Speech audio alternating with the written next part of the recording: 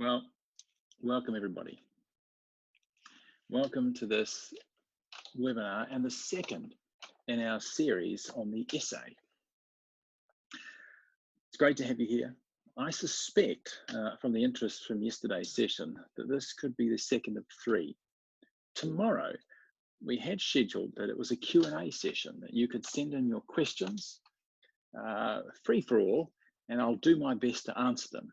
Might I suggest that tomorrow, because I suspect we'll go over into tomorrow still looking at the essay, is that you send in questions today in particular that you'd like me to deal with as regards the essay, or as we suggested yesterday, also developing themes. And I would gladly discuss those in detail and give you some thoughts and suggestions around that as part of tomorrow's session. Today, I'd really quite like to look in detail, as I said yesterday, at the essay and how we might shape this in Writer's Toolbox. And also particularly, I'd like to give you some suggestions as regards introductions. Introductions for many people are tricky things. And one of the important things to grasp hold of as a teacher is that actually the quality of your students' introductions is often a reflection of the quality of your question. And sometimes when we don't get the sorts of introductions we're looking for, when they wander and appear elegantly fluffy, it's because our questions weren't as tight or as focused as they could have been. So I'll offer a few thoughts on question design also in today's session, which means, as the last of my preamble, that I suspect that tomorrow we'll get the opportunity to look at the body of the essay itself, or the theme, and in particular the conclusion, which we've already had some questions about, and I'd love to spend some time with you looking at conclusions and how your students can master conclusions. So without further ado, let's jump into Writer's Toolbox and see what we can do.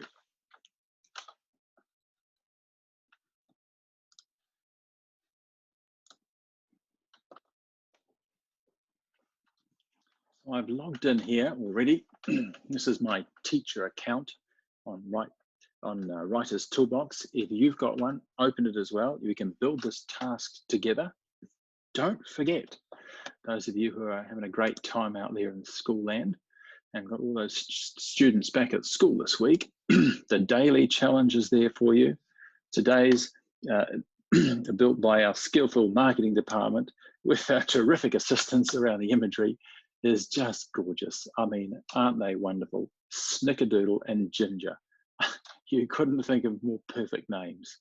But why do these two look so worried? And every sentence that you write today must have 3 words that begin or end with the letter B. I'm sure your students will have a lot of fun with Snickerdoodle, Ginger, and bubbly bath time. That's the daily challenge.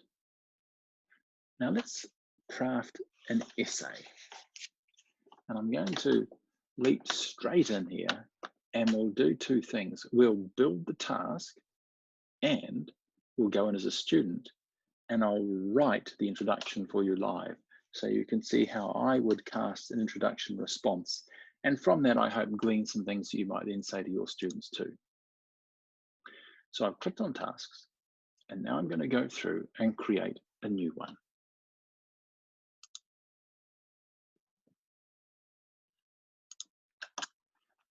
This is going to be a piece of writing aimed at, well, I suppose it'd be sort of middle school-ish, late primary, middle school, or early high school, because I want to suggest to you too, we'll call it your first essay. And I want to suggest something I've said many times in the past, is that when you're trying to teach students new skills, and for many, writing skills are new, you remove the burden of content from the teaching of the skill. It's so important. So let's lighten things up a bit. Something that won't sort of strain people is the content too much, and they can have a bit of fun with while they're learning the skill. So let's just go question. I'll cast my question something like this. Are baked beans. The best breakfast meal in the world. Yeah. Well, of course, some of you are saying, Ian, that's not a question. That's actually just it's just a self-obvious truth. But let's just suggest that for some people it is a question still. That's a question that may concern them a great deal of worry, but we'll explore it as our essay question today. Now, there's a couple of things I've done with this question. In the casting of the question, I haven't written something like this. I haven't said, explore breakfast meals and what is good about them. I didn't say that because that question is actually already leading the child in multiple directions. I want a focused question and one that forces a position. So to get a question that forces a position, I'm going to use starters like are or is or does, and I'm going to direct the question that doesn't allow them multiple choices at this stage. So are baked beans. So here's another one. I'll do some more for you and you'll get the sense. Is sport always running? Is running good for your health? And immediately you can see really the question is a yes or no question. Is it good? Is it bad? You can be more aggressive with the question or more contentious. Now here we go. Why is running so bad for your health? And the student says, but miss, I actually think running's quite good for you. Then you go, perfect. Show me why.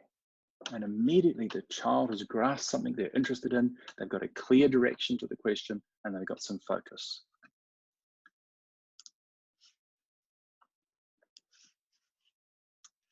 So let's get in here with the task itself.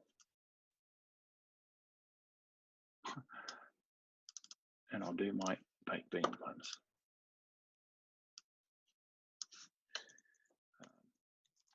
Write this is quite helpful too. Write a 300-word essay on the following question. Are baked beans the best breakfast meal? The child knows immediately the scale of the task they're facing and the direction of the question. That's a very economical way to deliver the task to the child. You should always know in the initial reading of a task exactly how long this might be, how many words. And again, you can just change this according to how many you might want. So let's do that. Let's put in now in Writer's Toolbox, we'll put the year level. I'll just send those to my year 7 class. I'll put in here a word limit, 500. And I'll put a due date. I can add a PDF resource. I haven't got one today, so I won't do it. I won't bother with that. I'll move on to the sequence. Yes, I would like to do a mind map. A box plan would be helpful, so I'll leave those 2 elements in there. And now I'm going to select the writing tool. To do that, click on select writing tool, and I'm going to move along here and go classic essay. Now I'm ready to add the tools in my essay response. I'm going to add a checklist. Your essay. And this particular item here, so I'm going to don't overwrite your introduction. Follow the model. Hit return.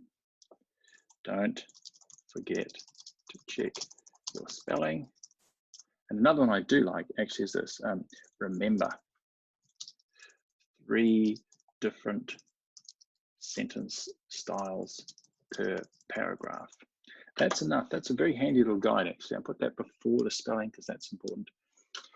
That prompt alone is enough, is enough to get children and older students writing more fluently. If you just remember that handy number 3.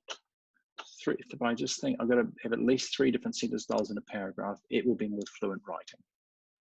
Keywords, baked beans, essay. And some keywords here. Well, I struggle with a couple of these, so I'm going to just put them in because spelling is not my forte. So here we go. That's one that always trips me up. M-U-E-S-L-I, definitely good. So muesli's in there. Here's another one that trips me up. Nutritious, terrible word. Well, it's a wonderful word, but hard to spell. So muesli, nutritious, baked beans, stay on topic. That'll do. Sentence styles. Yes, I want them to have access to the full suite of sentence styles. I'm comfortable with that. Paragraph styles, they don't need the scientist. It's not a scientific report we're writing. These other ones are very useful though. The multi-purpose introduction, certainly want to spend some time on that. The lawyer paragraph, excellent for grasping a single point, driving it home.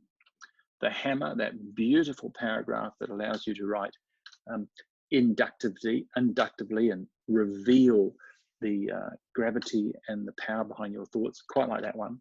Compare, contrast, that beautiful synthetic paragraph. We want that there, especially for children of this age.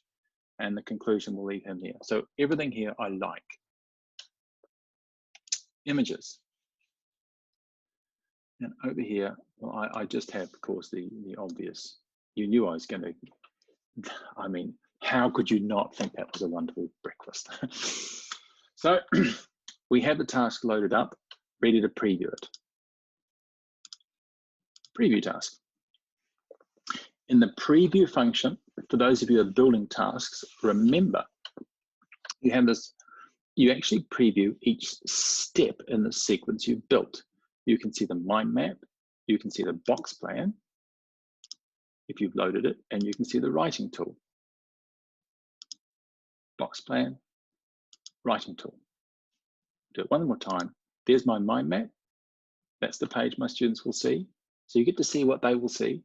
Even my task is there, you can see that. Box plan page, there it is.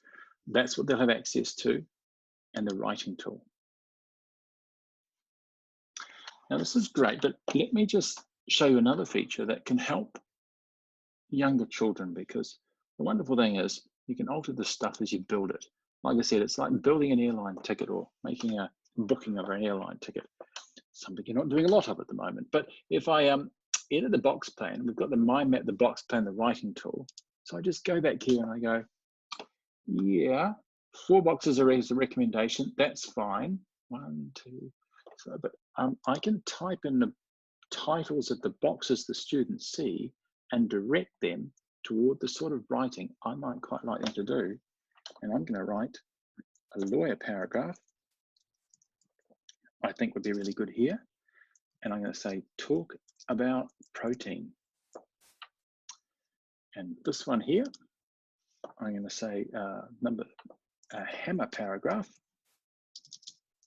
and talk about, oh gosh, let's just talk about energy or digestion. You can alter the titles of the boxes your students will see as part of the task building stage. That's quite helpful. And of course, add additional paragraphs if you want them to, as part of what you're doing. So pick tools, we're happy with all the tools, and we'll go back to preview the tasks, box plan, and you can see now, as you're previewing, those paragraph titles have actually altered in what the student's going to see. Send and share. Yeah, I'm probably ready now. I'm ready to send this piece of writing off to my students, and I'm going to select Year 7. Writing 101, and they can have that task sent to them. It's gone. I've crafted my first essay task. So let's now log out as the teacher, log back in as the student, and have a go at the task we've been set. And in particular, we've got that opportunity to talk about the introduction. So we'll log in as old Boris, proving wonderfully reliable in this webinar series.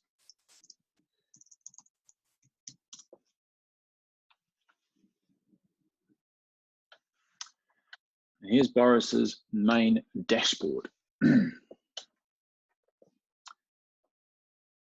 We'll go into tasks. And there at the top, waiting for Boris to start, is his first essay.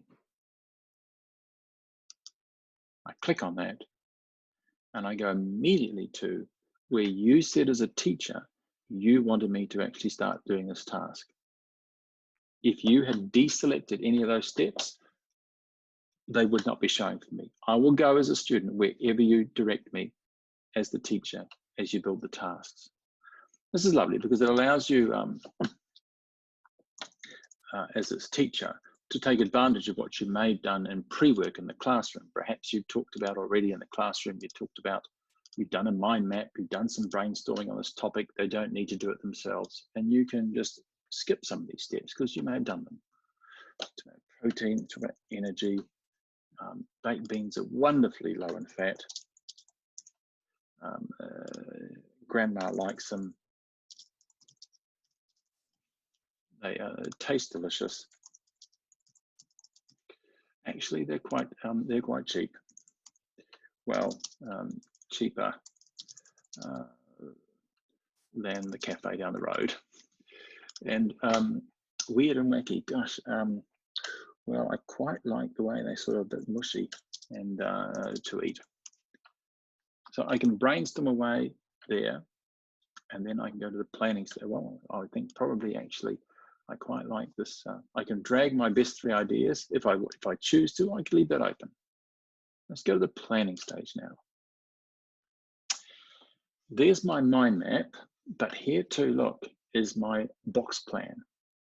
I'm going to click on one of these and show you what these prompts helpfully say, because it already says lawyer paragraph, talk about protein. Teachers give me that little help because I'm Boris member. So down the bottom, I go choose style and I'll go, yes, okay, miss, I will. I'll use a lawyer. In this paragraph, I'm trying to show, prove, or explain that baked beans are full of protein.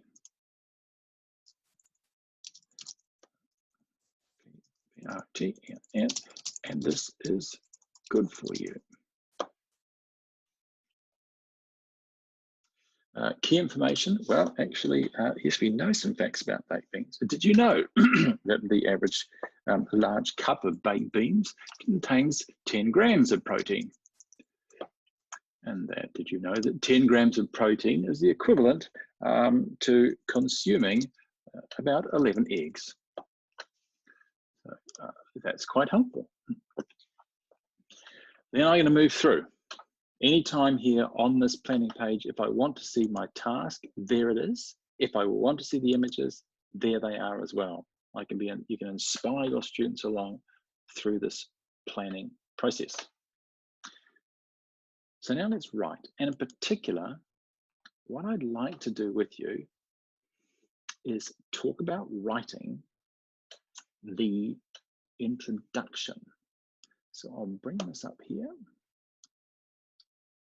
Paragraph 2 is planned already. Can you see that there? And if I click on it, said delivery the lawyer, up straight away pings my lawyer paragraph.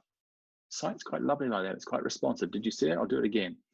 In my box plan, if I was in the introduction, we didn't make notes, but we could have done in the introduction. But paragraph 2, remember the teacher suggested use the lawyer paragraph, talk about protein. We got our notes there and it said delivery the lawyer. If we just click on the lawyer's face, up comes the lawyer paragraph. I'll just change that paragraph form for you right now so you can see. We just click on the lawyer space and up comes the lawyer paragraph. Your students got the type of form you've asked them to write. So let's go to this thing called the introduction and get some help with that. And Boris is going to have a go at writing this essay, and he's going to try and follow this template. The neutral sentence is the first sentence. Make a general statement about your topic. Baked beans are lovely to eat, are enjoyed by many people around the world.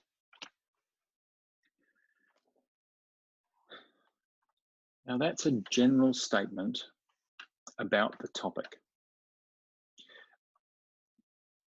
The nature of the neutral sentence is that it's not inflammatory. It's not a sentence that's provocative or contentious. It just says something that anybody who reads that would go, yes, that's true. I'll write another one. Here's another neutral sentence. And we'll just say, we'll just change it. Breakfast is a meal enjoyed by many people around the world. And the child has begun. I think one of the very damaging things that we can say to children as they move to developing themes or essays as they get a bit older is they somehow need this powerful wow words or impressive start. They don't. You do not need a big hook for the first sentence you write in a piece. You just need to begin. So don't tie your students up in knots. The neutral sentence is the fastest way in to a piece of writing, because here's the clever thing. The neutral sentence has an embedded hook. If you read out loud, breakfast is a meal enjoyed by many people around the world, you go, yes, that's true. I wonder why. What are you going to say next? And the neutral sentence, without telling the student any of that, just by default that you write a sentence that everybody could agree with, already preempts the hook for the reader. They want to keep going. So don't get, boys will spend all weekend Googling for impressive quotes to begin pieces with. They don't need to waste their time. Please don't let them do that. They could just start with a neutral sentence and the piece is underway and the child's writing, and they deserve to be. The next says here, a context sentence. Write a sentence offering 2 facts about your topic. Well, let's put some facts in. From Hubbard's muesli, which I can't spell, so I'll just click on that, to Kellogg's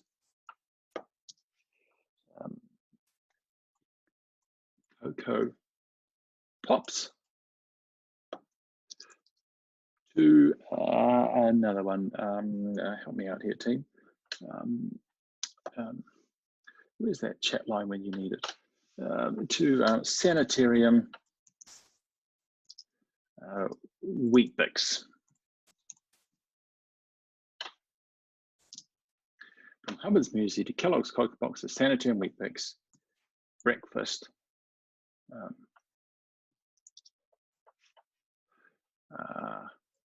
comes in many enjoyable forms. Now I want you to listen to what happens when I read that. And this is why the context sentence is so important as a second sentence when you're training a child how to write an introduction. There are a number of forms of the introduction. I have found that this one is a very reliable form across the different types of writing children do, and reliable to children of different ages. So yes, you can get clever, but this one works. That's why we've called it the multi-purpose introduction. Because listen what happens when you read this. Breakfast is a meal enjoyed by many people around the world. From Hubbard's muesli to Kellogg's Cocoa Pops to Sanitarium Wheat Bix, breakfast comes in many enjoyable forms. Do you think I know what I'm talking about? And the response in you as a reader is, yes, I do. Why? because facts make writing believable. And the moment the child drops in 2 or 3 facts about their topic in that second sentence, you as the reader think that they know what they're talking about in their topic, and you are pulled in, you are drawn into this piece. Sentence 3, deliver your argument, state your position. Here we go. This essay will argue that baked beans, oops, full caps, baked beans are the best breakfast meal because. It's important that you take the child to that step, because in this particular sentence, in the introduction, is a crucial step. You want the because. You need to know the why. Why does that child, that student, believe baked beans are the best meal? And putting the because in that sentence forces the justification out. And that's what you want. You see, it's not just writing skills that you're training here, it's thinking skills as well. And the thinking skills are surfacing on the page. This is why you want the because. And you know, you could say many things. It doesn't matter because, here we go, look, because they taste the best. The child's got many choices in their head as to why they think baked beans are the best breakfast meals. Because baked beans are really cheap. It doesn't matter. What matters is the child has taken a position and is asserting a justification. This is the skill you want to sharpen as a teacher. So they taste the best. They're wonderfully nutritious. It would be another one, because baked beans, I don't think I even want to try and spell that. No, I've got nutritious, here we go, because baked beans are wonderfully nutritious. I'll jump straight across and plop it in. Here we go.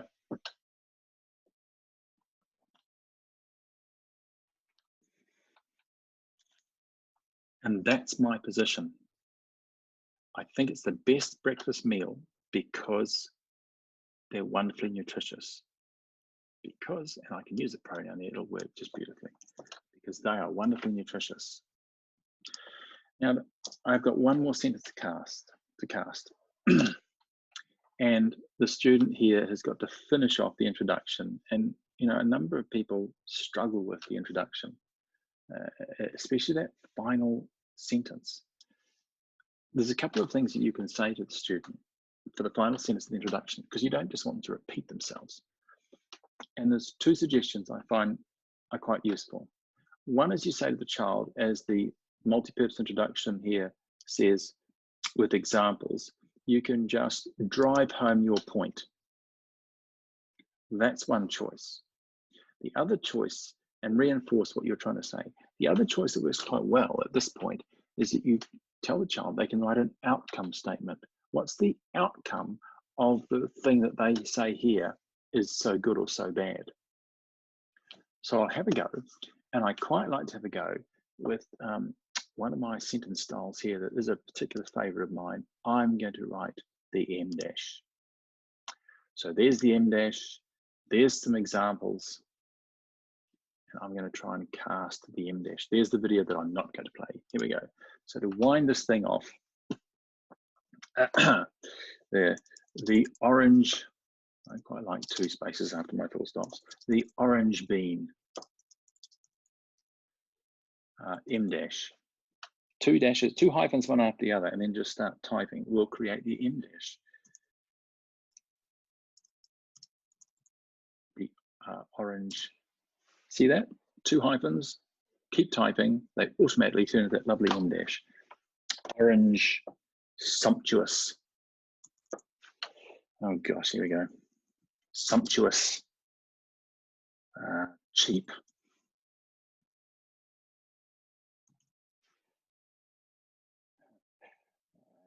The orange bean is a rocket ship.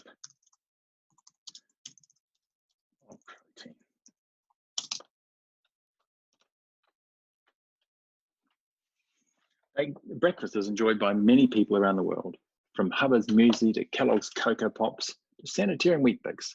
Breakfast comes in many enjoyable forms. This essay will argue that baked beans are the best breakfast meal because they are wonderfully nutritious. The orange bean, whoops, the bean, let's get rid of orange, too many repeats. You hear it when you read it, see? The bean, orange, sumptuous, cheap, is a rocket ship of protein.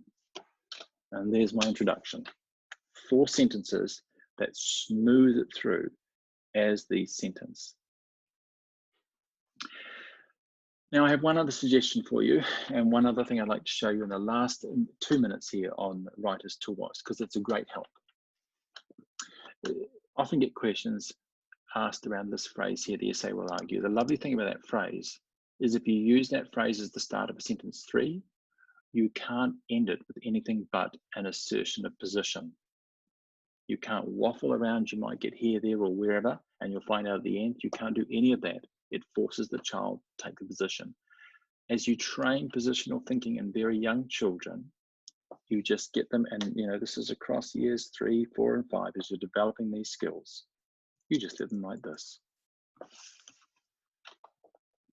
the child gets older, you don't want to see the personal pronoun I in formal writing. That's fine, but this is a journey. And in the youngest years, you have to train positional strength. You want the child to realize that this question is an invitation for them to tell us what they think and why. Where do they stand and why is that a good position to hold? And so just using the I think statement is fine in those early years to encourage them to out their position and then to tell us why they think that's a good thing to hold. Final thing is, see, here's Boris's piece, but let's just say, and this is one I love about Writer's Toolbox, let's just say Boris was struggling. He didn't write all this, he was maybe just one sentence in. So this wasn't there. He was one sentence in and totally stuck. Well, Boris could have done this. I go back to write, and I need some help around the paragraph. I desperately need some help, please, with my introduction, and I go draft. And I could have got this very scaffolded help to craft my introduction, and then attached my introduction when I'd finished. I could have attached it to my first essay. You see it right there on the screen? I could have built my introduction in this draft form. Breakfast is enjoyed by many people.